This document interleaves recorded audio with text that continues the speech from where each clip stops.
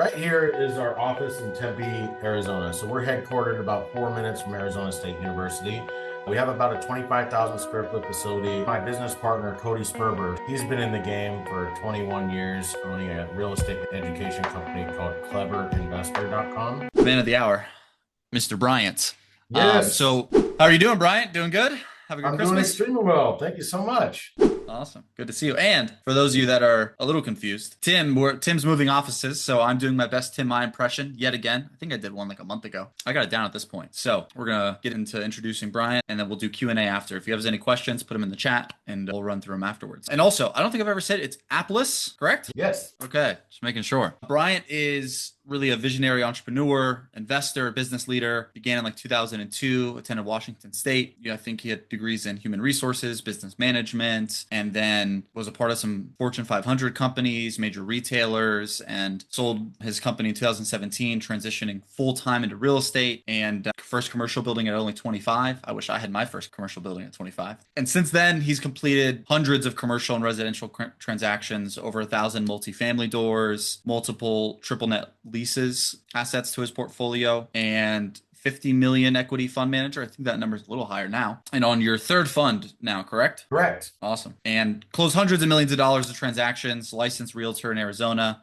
But he's also dedicated to his community, hands-on investment strategies, attainable housing options, and things like that. So a really great guy all around, not just in it for the money, as they say. So great to have you with us, Bryant. And I just wanted to jump into your business model. I know you guys are doing a couple of different things right now. So I wanted to have you share an overview of your business model and what you guys are working on and give us some insight. Okay, sounds really good. Thank you so much. So right here is our office in Tempe, Arizona. So we're headquartered about 4 minutes from Arizona State University. We have about a 25,000 square foot facility. It has 6 different suites in it. Myself and my business partner, Cody Sperber, some of you guys may know Cody Sperber. He's been in the game for 21 years, owning a real estate education company called cleverinvestor.com. And so tens of thousands of students have came through his real estate education platform. I met Cody back in 2004, and we were just hanging out in Mexico, just a weekend trip with some friends. I met him for the first time. We had connected, built a relationship, ended up becoming great friends with him, groomsmen in each other's weddings. And then fast forward 13 years, I had exited, like you had mentioned, my merchandise apparel business, where we supplied merchandise for Fortune 500 companies. We had 7 NFL Super Bowls in a row, MLB World Series, the NBA Finals. So I learned that customer service and delivering on what you say you're going to do and making sure that everything's correct is crucial to my success. And I was able to segue into real estate because as I took care of tens of thousands of different products, all needing to be perfectly made and delivered right in time for the Super Bowls or the NBA Finals or for all these major corporations, Verizon, T-Mobile, I realized real quick that if you say you're going to do something and you don't do it, you get one chance to burn an account that could be bringing in millions and millions of dollars. So I think I credit a lot of my success in the real estate due to the 15 years that I spent servicing the ad specialty business and all the companies and all the individuals that had hard deadlines and hard due dates for these big t-shirt orders, big promotional product orders, big things. And so my manufacturing facility had 85 employees in it. And that's when I bought my first commercial building in 2020, when I was 25. And I pretty much bought more buildings next to each other on the whole block. And eventually I just had so many machines and buildings and employees. And I was running 3 shifts, 8-hour shifts, 24 hours a day with 85 employees. And it was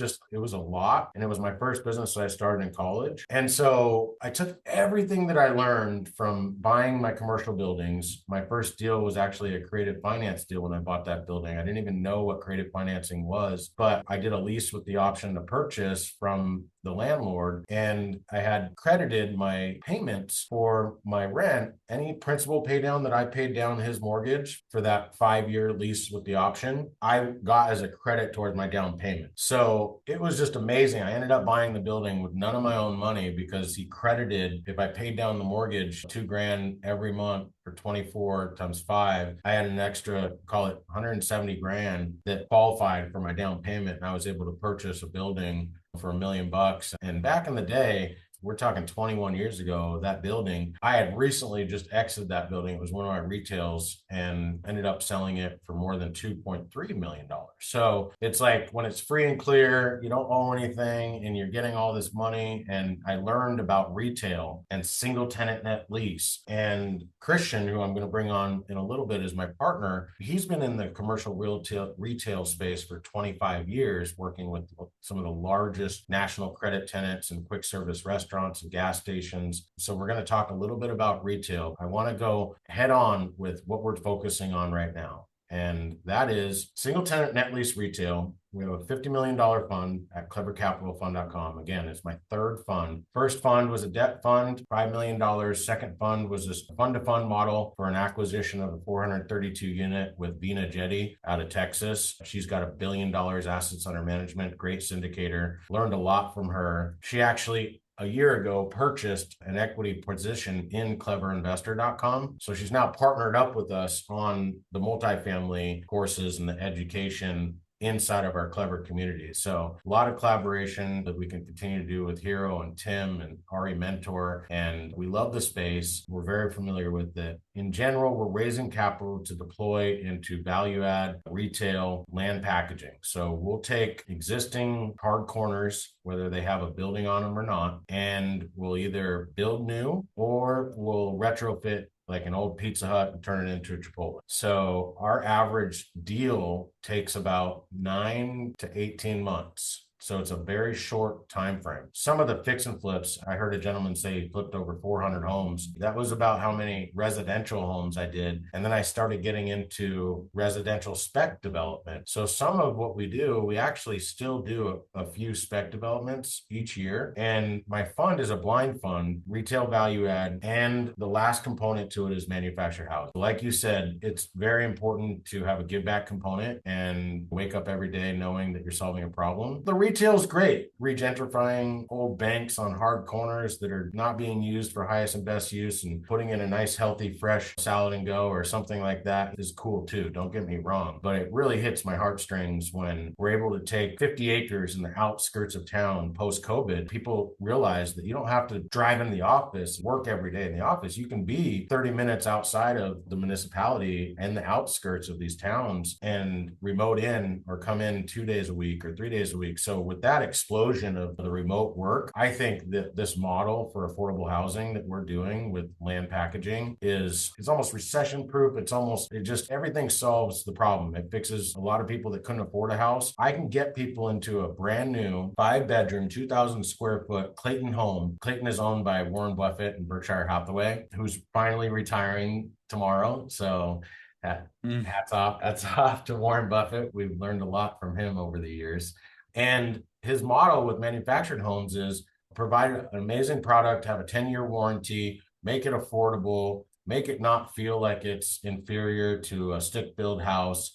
And we really like the Johnny Boy model. It's 2,000 square feet, 5-bedroom, 3-bath, 2.5. And we're in and out on that thing for about $120 our cost because we set ourselves up as a dealer with Clayton, Champion, and Cavco. Those are the 3 C's in manufactured homes. And we're able to basically place orders on our dealer account, get them here locally in about 8 to 10 weeks off the press and get them installed into our land that we add a well and septic to, and we pull utilities for APS or SRP. And we basically take 5-acre parcels and divide them into 4 1.25-acre parcels. So we do that for a number of reasons. One is 5 and over requires a subdivision and HOA. And so when we do 4, we don't have to worry about that. So the homeowner doesn't need to worry about HOA fees and increasing stuff or parking their big rigs or having to get a letter in the mail for weeds or any of that stuff, right? So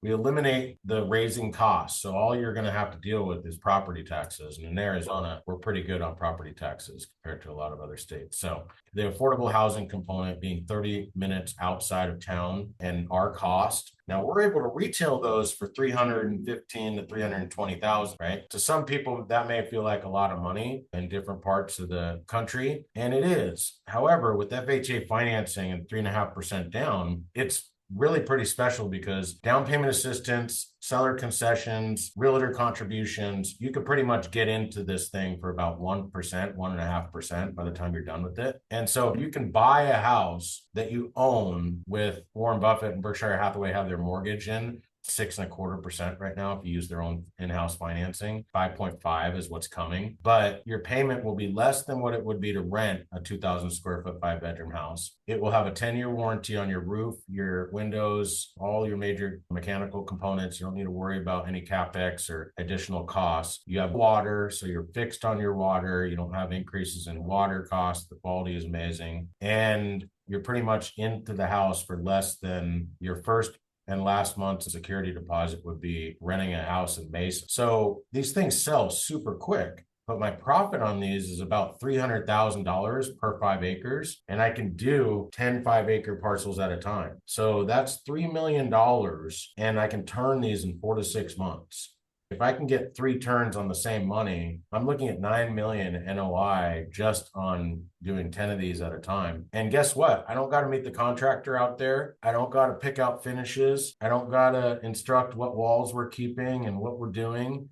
And so the flip game with 400 flips is just not in my MO anymore. And so I'm sure a lot of you guys are also feeling like how much hard work goes into residential and turning the projects. But if you haven't considered land packaging and manufactured homes, it is pretty awesome what you're able to turn out. And the FHA buyers, they don't sit on the market, they go really quickly. So that's just something special that our fund is really aligned with, is fixing the affordable housing crisis, one manufactured house at a time. These houses are not like trailers. These are vaulted ceiling, LVP floors, shaker cabinets, can light recessed on a full 1.25 acres with well water. So that's just really cool. So that's what our fund does. Our fund basically has a blind, like we sell shares, like people buy shares. So it's an equity fund. They own everything that's in the portfolio and it's diversified. So we're flipping those for quick cash. We're not holding those. We're not burning those. Everything that we do is value add, and we're just in and out of these projects in 4 to 6 months or 9 to 18 months. Nothing that we're holding right now. That's stage 2. We are in cash accumulation stage right now. We just want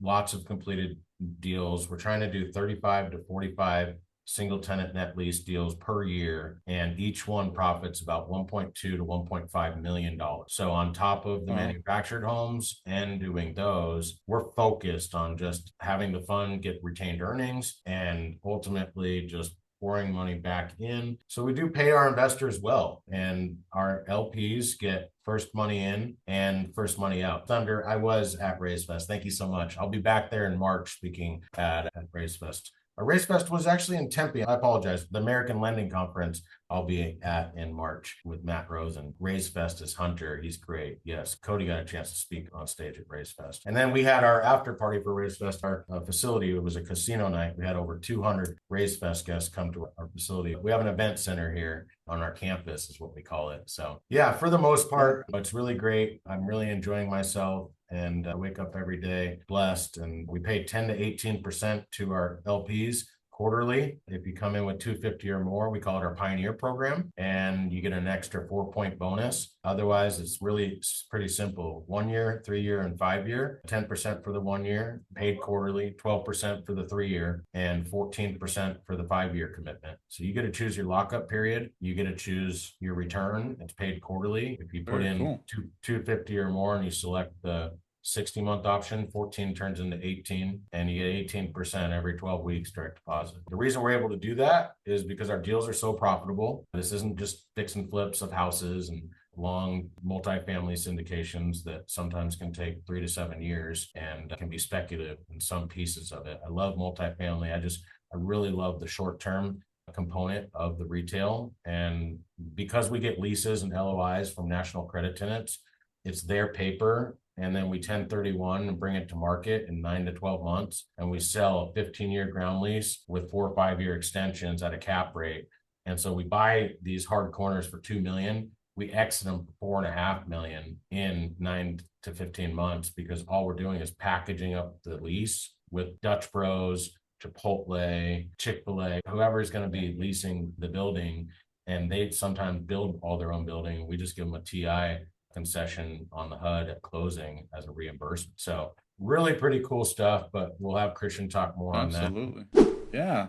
You guys are doing some really cool stuff. You mentioned you're getting rid of Pizza Huts for Chipotle's. That's a win. You're giving people the option to not have an HOA, which I know we can all relate. No one likes it. I don't think anyone has ever had fun living in an HOA community. And then you guys are just, and I know from experience, the mobile manufactured homes, they are not trailers. They can look just like a house if you do it the right way. And it sounds like you guys are. And that's more affordable housing 30 minutes outside the city than going and spending twice that on a house just to be in a certain area when you don't have to do that anymore. 2026 pretty soon, so it's a new world out there. So you guys are doing some really amazing stuff, and I know a good amount about you guys already, but some things I'm even learning. That's really cool. I'm curious, from all this stuff, you started really jumping into this not that long ago, right, in the grand scheme of things. How did you acquire the necessary skills and knowledge to start doing these deals when you first started? And did you have a mentor or a coach, and how did you find your way?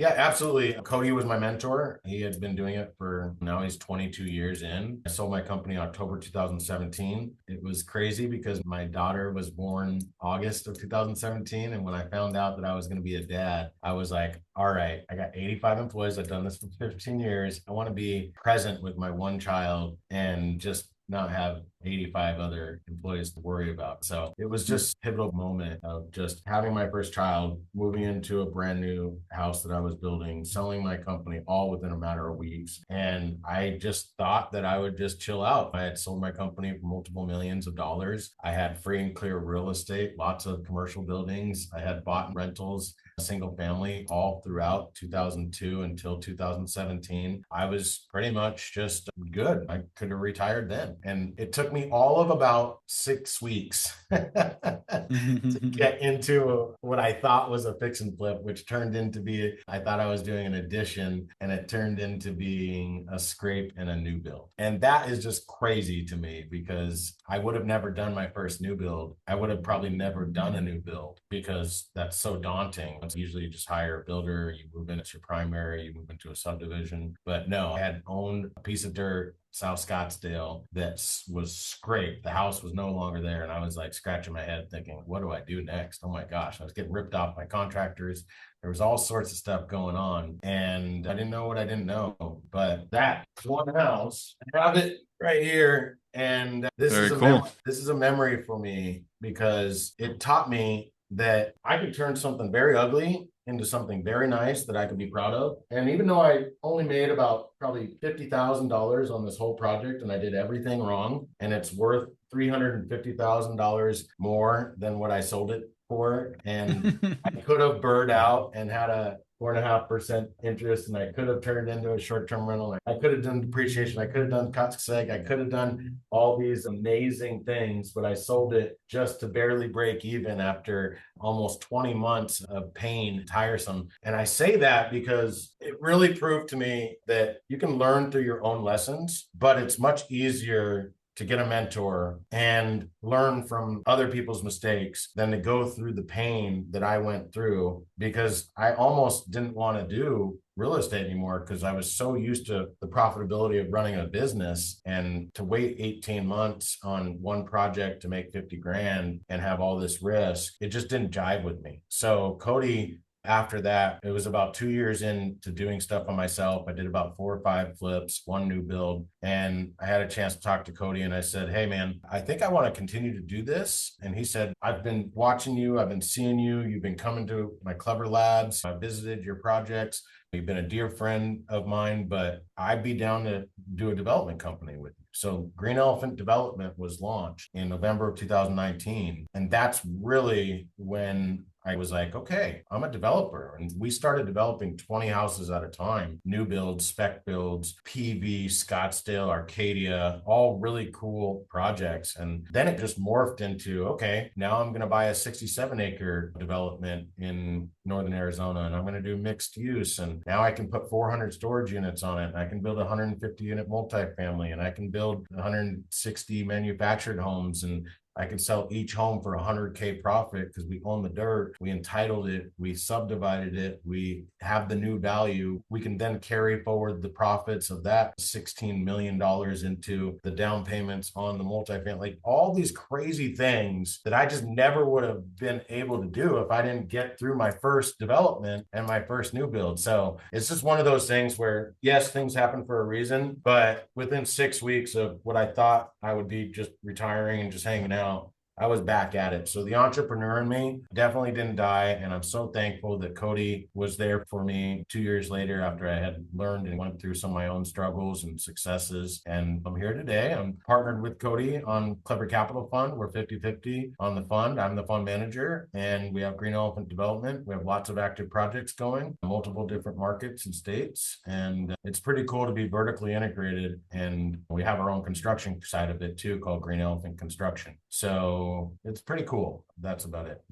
Awesome. Very cool. Yeah, it sounds like Cody really gave you a step up to get into your first couple of deals and really get your footing, and then you just ran with it. Now we're here. So it sounds from all the people we interview, having that person or a couple of people in your corner can go a long way, right? It's something that Tim says all the time, whether you're raising money or doing deals or doing new development, you shouldn't do it on your own, right? It's not a good idea. You should always have someone in your corner.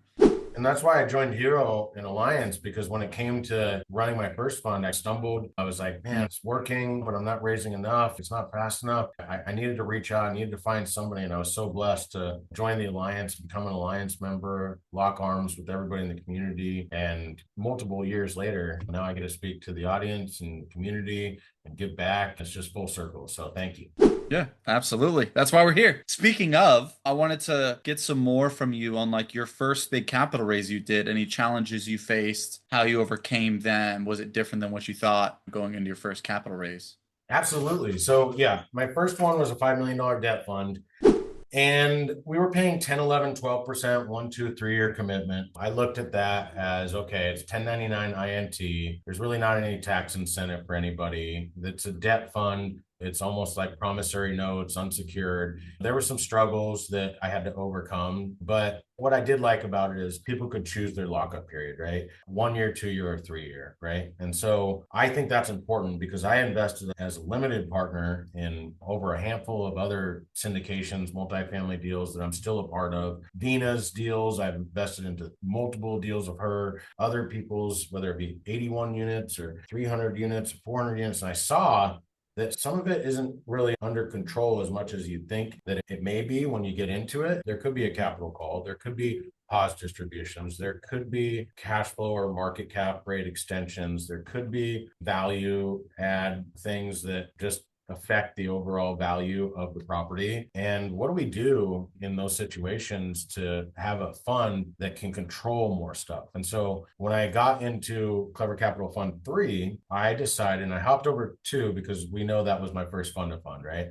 That was what I learned at Alliance, fund to fund, fund to funds. I went to the fund to fund conferences.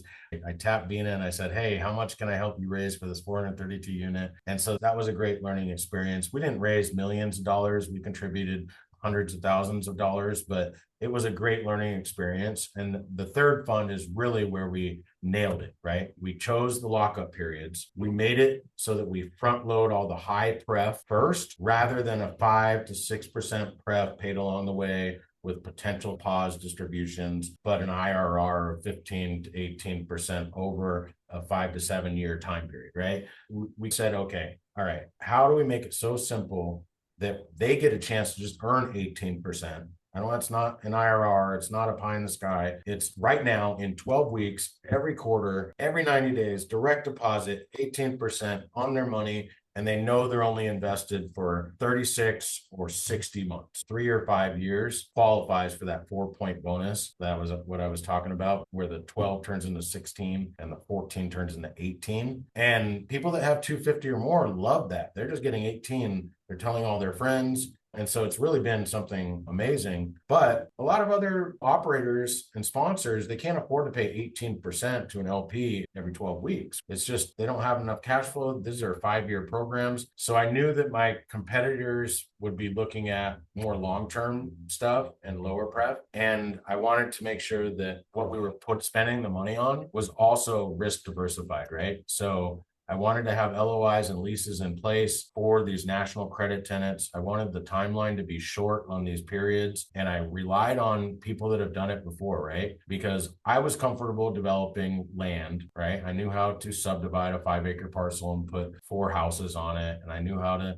do all those things, right? We're a licensed GC here. But what I didn't know is how to underwrite and find these distressed hard corners in retail, right? Retail and single tenant net lease. Even though I own commercial buildings, they were single tenant. I understood what triple net was. I understood first of the month money, mailbox money. I get all of it. I loved it all, but I just didn't know that was something I ever wanted to have as a main focus. I was a residential guy. I was building spec houses. I was trying to do development stuff, right? And so it segued into an opportunity about 3 years ago that Christian, my best friend from college, whose parents owned multiple thousands of units for multifamily. And I had a chance to sit on some of his properties, his dad's properties, his mom's properties, when I moved to Tempe, Arizona from Washington, understand how to turn units, raise rents, get them rented out, lease them up, and understand the multifamily space. But what I'd never had experience in would be the retail space. And this is when everything changed. I am most excited about everything that I'm doing. I love fixing affordable housing. I love making an impact. But I think that our model of using the funds, limited partners, creating them as equity partners, giving them tax incentives and ownership instead of a 1099 INT, front loading their pref all the way up to 18%, locking in their time, whether they want 3 years or 5 years or 1 year, they choose. They're rewarded, obviously, the longer they put the money in for the higher percent, but pay them before we take any money, right? That's a big component that we're concentrating on, making sure that all the LPs get paid their pref before the GPs get paid, right? And I have Christian, who just stepped into my office, and I want to give the community a little bit of background on what retail is and what single tenant net lease is, and why we think it's the best asset class in real estate and what we're excited about. And Christian, go ahead and introduce yourself to the hero community. Tell them a little bit about Rents Due first. Rents due, baby. Everybody here probably loves the term rents due. Yeah, man, good to see you. Nice to meet you. I've heard a lot about Hero Alliance, and we'll probably have to show my face at one of these events one of these times. But since Bryant is our debt and equity partner and I'm our development, entitlement, and transactional partner, I handle everything, as Bryant mentioned, on the opportunity side of things. Just to give you a little background on the Rents Due, we started a podcast about a year ago and got voted one of the top commercial real estate podcasts for 2025. So if you guys ever want to check out Rents Due, you can find it on our website at hungry-inc.com, or you can find it on our YouTube channel at Hungry Investments. And yeah, so as Bryant mentioned, and as I mentioned here, I handle everything that's not debt and equity. So that's where me and Bryant, being best friends and going back 25 years, make it a perfect pairing. So my family came from the multifamily space, and I learned very early on that I had no interest in tenants and toilets. And I got into commercial real estate straight out of college. I got my broker's license. My dad had a lot of contacts, put me in touch with some friends of his to go start working as a leasing agent. And I started working on retail leasing for strip centers, shopping centers, things like that. And then got headhunted by a couple of the largest development companies in the state of Arizona, working on centers, things anchored shopping centers, anchored by like Walmart, Home Depot, PetSmart, things of that nature. And I got put primarily on their out parcel team. So I was in charge of doing ground leases, build-to-suits, reverse build-to-suits, construction budgets, everything that had to do with the smaller buildings out in front of those large anchor tenants. And so that's really where I got to cut my teeth on who the national credit tenants were. At the time that we were doing these projects, there was a lot of tenants like Walgreens, CVS, all the major gas stations. Starbucks was Dunkin' Donuts. Those were the primary coffee users. All the different restaurants, Chili's, Outback, Red Lobster, all those. So I got to know how the corporate side of commercial real estate in the retail niche really works. I got to see the differences between the types of properties that my parents owned, because as Bryant mentioned, they at one point had 3,000 apartment units, and I'm an only child. So knowing that one day my parents were going to step aside and what they were doing was going to fall into my lap, the last thing I wanted was 3,000 apartment units. So over I'd say the last 15 years or so, about 15 years ago, I started getting them to sell off. I started helping them sell off the apartments and then 1031 exchange into larger strip centers. So non-traditional anchored shopping centers. So if you think of like where the major grocery store is and there's a larger strip center that doesn't have like your traditional anchor, it's got a larger tenant like an auto parts store or thrift shop or pawn shop, something like that. But then it's got a whole bunch of shop space next to it, but it's right across the street from where the big grocery store is. We started buying those types of centers. I started helping my family reposition those. A lot of them had big open parking fields that we could come in and add a pad. And so we started adding Starbucks and Verizon and the 3-tenant building that would have a Jimmy John's or a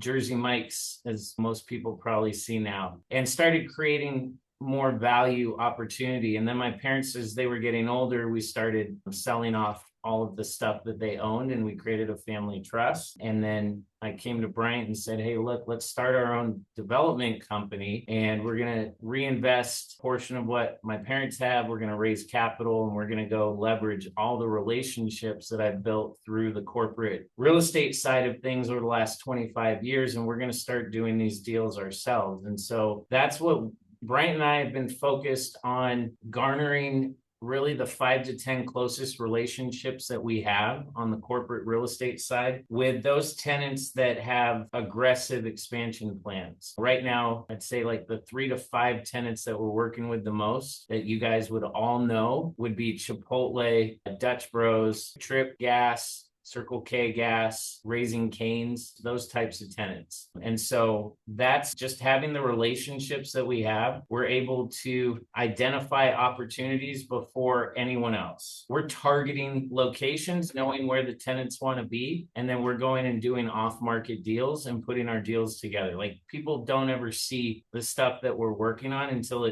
we're selling it on the back end. Because we've been doing this and we've been doing it successfully now over the last 3 years, the notoriety among our broker network, we're getting brokers bringing us off market deals. We're getting brokers bringing us deals that are going to get listed, but we get a first look at it. So the uniqueness of the retail, the single tenant net lease retail space, is that it's very much a good old boy blue blood network. There's a lot of gatekeepers. These are relationships that have been garnered over 25 years. These real estate directors, a lot of their success is predicated on how many stores they open and how many stores they open successfully. So over a 12-month period, when they get assessed at the end of the year for bonuses, performance, all of those types of things, they've got to have so many new stores open, and those stores have to hit certain sales projections. So when they look at what developers if they have the choice of looking at doing a deal on that side of the street with someone that's not a developer, just somebody that happened to tie up a property, or they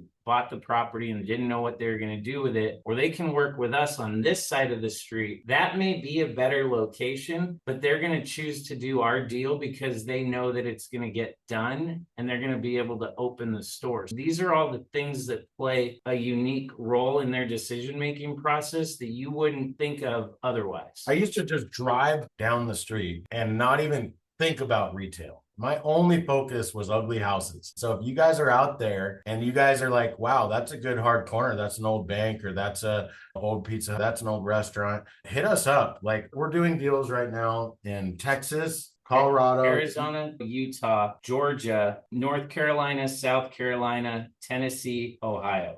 So any of those states, send us the deals, hit us up. Tell them about the Commercial Real Estate Influencers Summit and our award. We got the top commercial real estate podcast for 2025. And we didn't just get handed that. Christian did over 30 different podcasts in 2 days, and they're action packed. And we even had, what was his name? Bob Knackle. Bob Knackle. one of the largest commercial real estate guys in the whole entire country. He's in New York. He was just on Owning Manhattan, Ryan Searhat, in the brand new season in his big map room where he's sitting on top of the table and the whole map is on this thing. And that just was done. And man, it's just so cool. I can't believe that retail and single tenant net lease wasn't in my vocabulary at all, really. If you read headlines or newsletters, things like that, there's 5 different asset classes when you start talking about commercial real estate, and they all overlap. And if you took a circle and turned it into a string, it's funny how everything can create a circle. But if you start with multifamily, let's just put residential. What's the easiest next step from residential is multifamily. It's just basically residential on steroids. You're putting 200 houses in one small area and you're renting them. And then when you go from multifamily, the next thing that makes the most sense is hospitality. So you've now got the hospitality industry, or the hospitality niche, which is essentially doors. They still calculate everything based on doors, but instead of doing long-term leases, you're doing single night leases, right? And then you go from hospitality, and the next progression is easily office, because it's still larger buildings. They're modified gross leases most of the time, or they're full service leases, which fits into what you're doing in hospitality. You're basically providing a full service lease to somebody to stay for one night or multiple nights. Then you go from office, and the next progression, which isn't building type, it's more lease type, is to go from office into industrial, because a lot of industrial happens to be modified gross leases, which is what a lot of office leases are. But the progression from industrial to retail models each other, because industrial is a mix of modified gross and triple net full service leases. You get large corporate tenants that come in and lease an entire industrial building, and it's an absolute triple net lease. They just want the building, and they take care of the taxes, the insurance, the maintenance, the landscaping, everything that has to do with that building. And that's where we start to, that's really the thing that drew me to triple net was, number one, I felt like people that were leasing properties from us, or from the people that I worked with, they had skin in the game, right? So for the most part, these people are going to take care of the property, or at least want the property to be maintained, because it's their business, it's their livelihood. So there's a shared interest in the maintenance and the upkeep of the building that matches the owner or the landlord's interest. These are longer term leases. If you're savvy and you understand how the leases are structured, and you understand where the value creation can be done in the paper side of things, not just the property side of things, there's a lot of things that you can come into and find ways of increasing value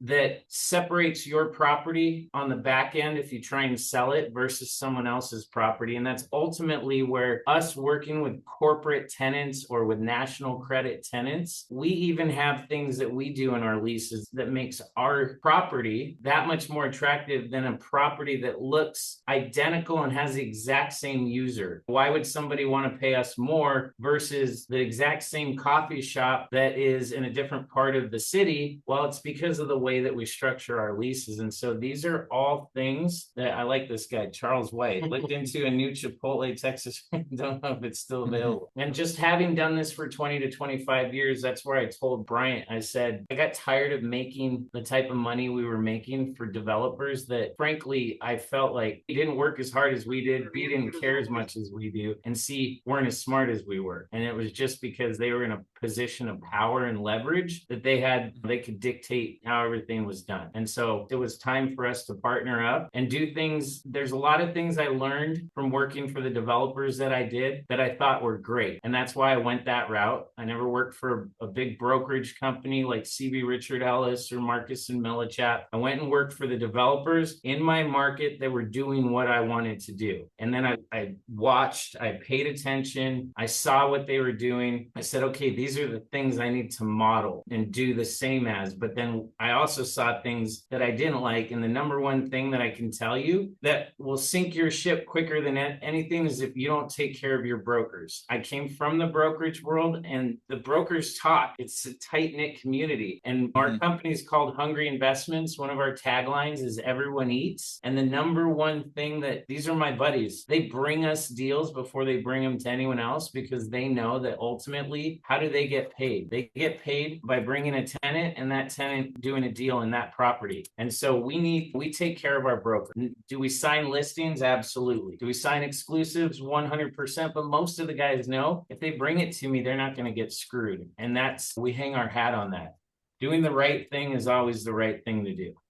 Absolutely. That's very cool stuff. You guys have so much like different experience and different, like you have your hands in so many pies between the two of you and the like retail side of the business. I think you guys are opening some eyes probably on this call and anyone who watches this recording to what is possible, because a lot of people that, you know, in the alliance and all of the capital raisers and things we talk to, a lot of them are multifamily or self-storage driven. So you're opening my eyes even to some of the joys of retail, specifically the way you guys structure things. And like you said, taking care of the right people in the right ways, you're going to be a lot better off in the long term if you take care of those little things. So I'm curious, from all the deals you guys are doing and all the different companies you guys are working with, I'm sure that helps with credibility and stuff, but what are some of your top ways? Obviously, we got to raise money for these things. So what are the top methods you guys use to find and attract investors and get them to buy into this model, which is, I think, a little niche compared to what most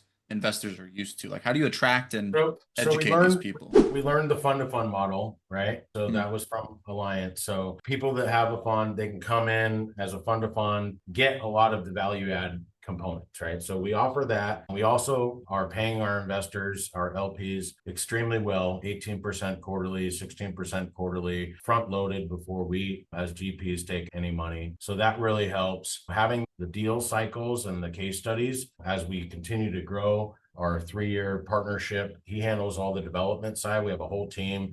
We have underwriters. They say it takes a village. Yeah. Like you can't, you want to go fast, go alone. You want to go far, go together. And we structured our whole company that way. That's why Bryant literally, I get hit up on LinkedIn. I get like 10 to 20 people trying to connect with me on LinkedIn every day. And a lot of them are capital markets. And the first thing I do is I say, here's my email, send an email and loop in my partner, Bryant Aplass. He handles debt and equity. I just can't field all those calls, and I wouldn't want to, because you can be really good at doing one thing, but you can't be great at doing everything. And so I focus on what I'm good at, which is putting the puzzle pieces together on the actual deal side. And then Bryant gets to know everything that we're doing. We talk, obviously our offices are right here, but even 8 o'clock at night, to the point where our wives are getting mad at us. You guys shut it down. No, money doesn't sleep.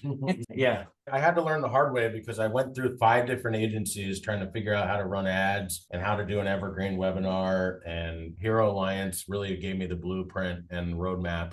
And I got introduced to a company called Industry FinTech. So Industry FinTech was a lifesaver. I got burned by so many different agencies, AI agencies. We'll get you this many. Pay up front, 20K, all these different things. But really, Industry FinTech, they became my marketing arm. They are SEC compliant. They handle K1 distribution. They pretty much have their portal that all the docs, the deal room, everything lies in, but they'll actually create the marketing and the ads for your static ads, your carousel ads, your Instagram, your email campaigns, your nurture campaigns, like all in one place for a very affordable cost.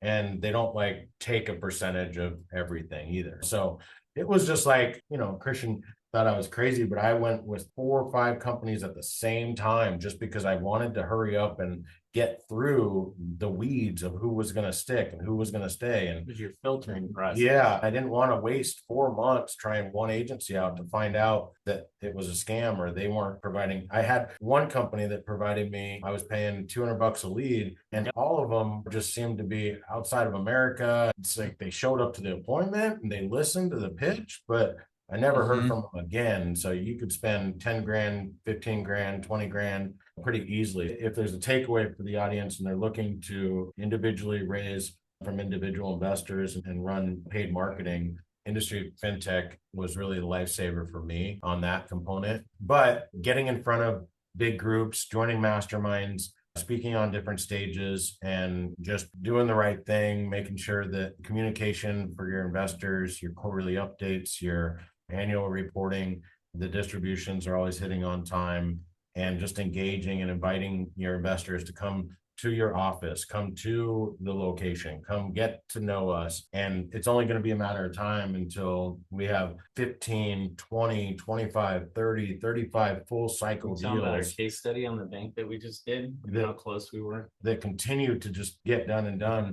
And so I'm actually in the process right now of working with Premier Law Group to set up a fourth fund. It's definitely in collaboration with Clever Capital Fund 3, but the fourth fund is going to be a Series LLC fund, and it's syndication by address.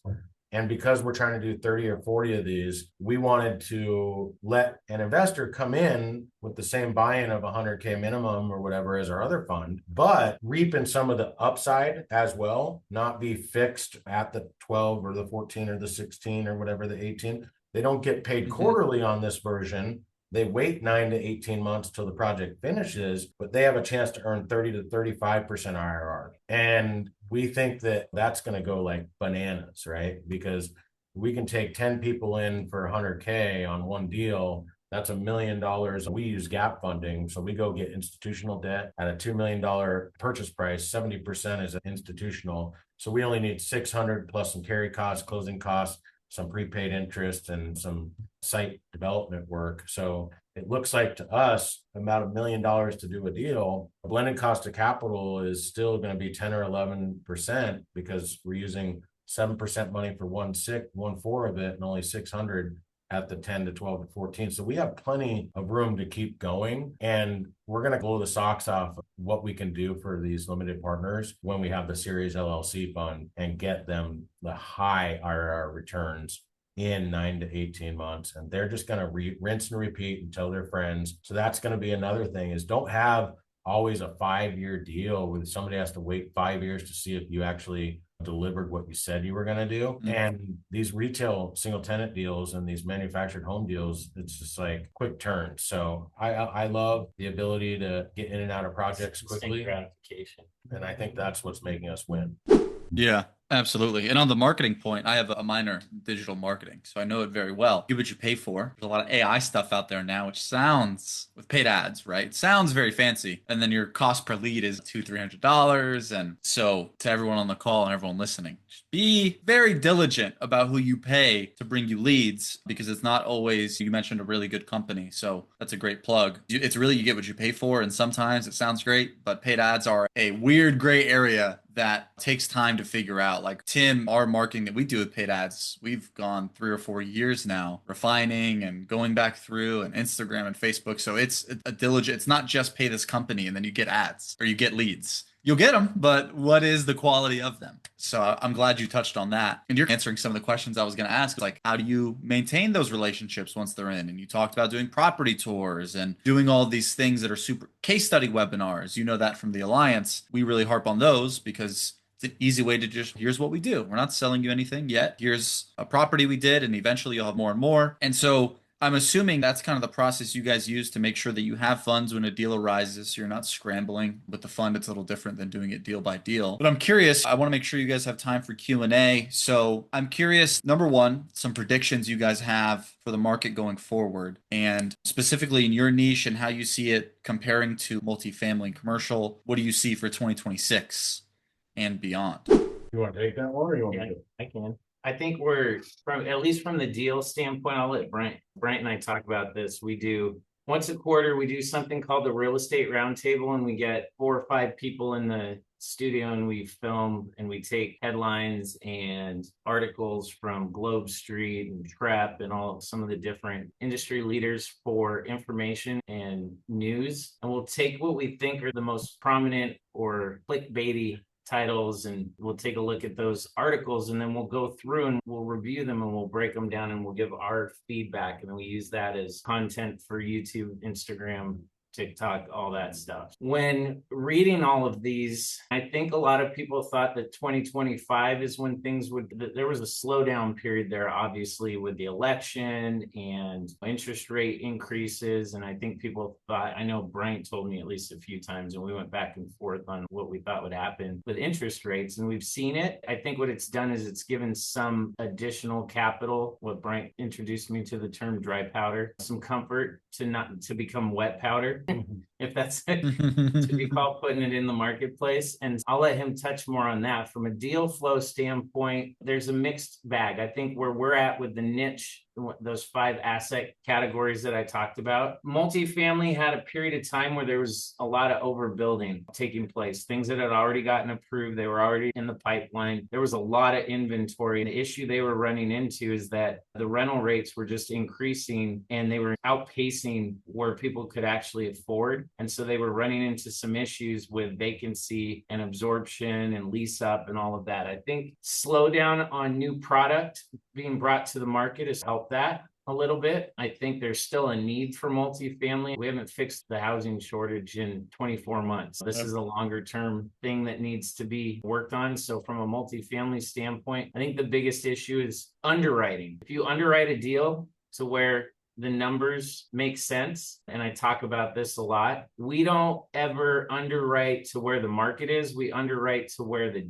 deal needs to be. And so I don't care what other people from our standpoint in the retail industry, if hard corners are going for $1 million and some owner just sees that somebody else sold 1 acre for $1 million, but theirs requires $500,000, $600,000, $700,000 in hidden costs that you can't see, I underwrite it to what the deal is. I don't underwrite it to what the comps are. Comps are just supposed to be something that help give you an idea, but they don't answer all the questions. And so from that standpoint, going into 2026, I think the biggest thing that we've fixed or that's been resolved is the bid-ask gap between sellers and buyers. I think I saw a gentleman in the comments here that was talking about Chipotle in a Texas roadhouse. We don't look at existing new build single tenant net lease. We are the ones that are building those and selling it to other investors. I get people sending me stuff and I'm like, we're not the buyer for this. We're the person that's building this and selling it. So we're the ones that are putting those in place and selling them to the doctors and the attorneys and the REITs and the guys that want to hold all these as coupon clippers. And so I think what happened was there was a big backlog of inventory that came to the marketplace because multifamily wasn't selling. So there wasn't a ton of 1031 exchange buyers. And a lot of the people that buy our inventory are people that owned apartments, sold out of them, and they don't want all the management headache, the management crisis. They want to just take the money that they created from their apartments and then go place it into a Chipotle. I won't say Starbucks because Starbucks has a stain on it now, a large coffee stain, but Dutch Bros and all those different types of tenants, because they can then collect mailbox money. So there was this huge backlog of inventory. And the problem is when guys were getting cheap money for debt, they ran into issues with underwriting it at such high leverage with low cap rates that those two things they became inverse. They went back, they were 6-7, right? No.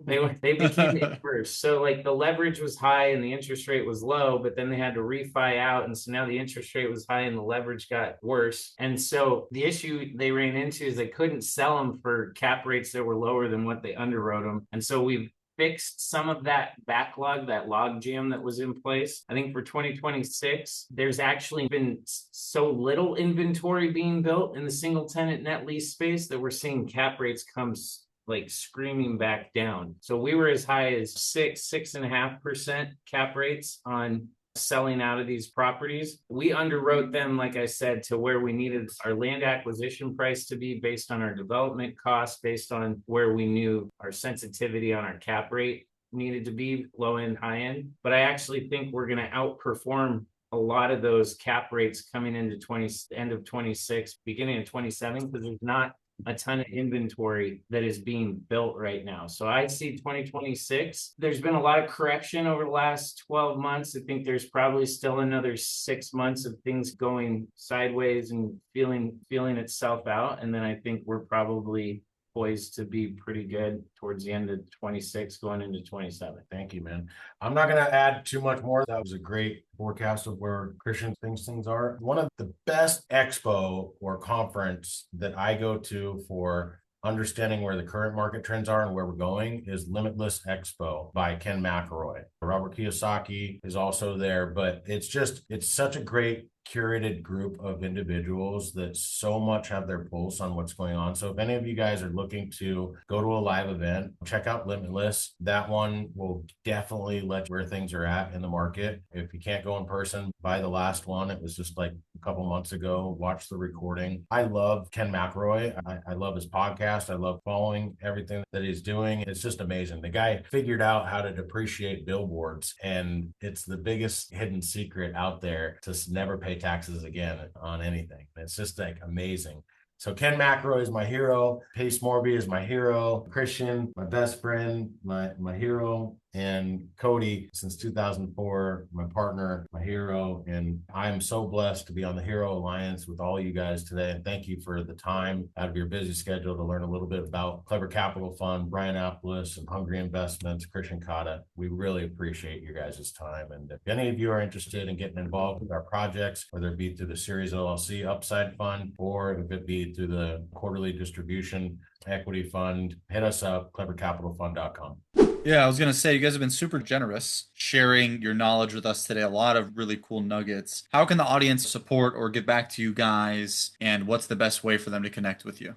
Follow our podcast. Learn about single tenant net lease. Go to hungry-inc.com. You can find it links out to Clever Capital Fund on the website. That's our development website. You can find all of our social channels on there. You can sign up for our newsletter, which is starting in 2026. It's called Concrete and Cap Rates. And so that'll be a monthly newsletter where we share the most recent videos that we put out. We're actually going to start doing behind the scenes stuff on our new development projects as well. So we'll walk people through like behind the scenes of building. We just became a preferred developer for one of the national daycare franchise groups called Kitty Academy. We're pulling permits and starting construction on the first project with them end of January, beginning of February. We've got a Dutch Bros on the site. We still have a third pad that we're working on. Honestly, if you want to get involved in our projects, I'll just announce. I spent 2 days with the head of real estate for Dutch Bros at the Commercial Real Estate Influencers Summit, and that kind of put us on this track. So Dutch Bros moved their world headquarters to Tempe, about 2 miles south of where our office is. They have a goal of doing 2,029 store openings by 2029, and right now they're at 1,200. So we have essentially created a broker network across all 10 states. We've got a master broker that we put in place, and we're working with their corporate real estate team to do 200 Dutch Bros in the next 3 to 5 years across all 10 states. So that's part of what we're in the capital raising mode for. And since October 1st, we have 8 deals in the pipeline. Wow. So come get involved with us. And you, Yeah, I put the Hungry Dash Inc. in the chat so you guys can check that out. Hopefully we'll see you guys at Ultimate Partnering in May too. Yeah, that'd be really fun. And yeah, so I just wanted to thank you guys. You guys have been fantastic and open up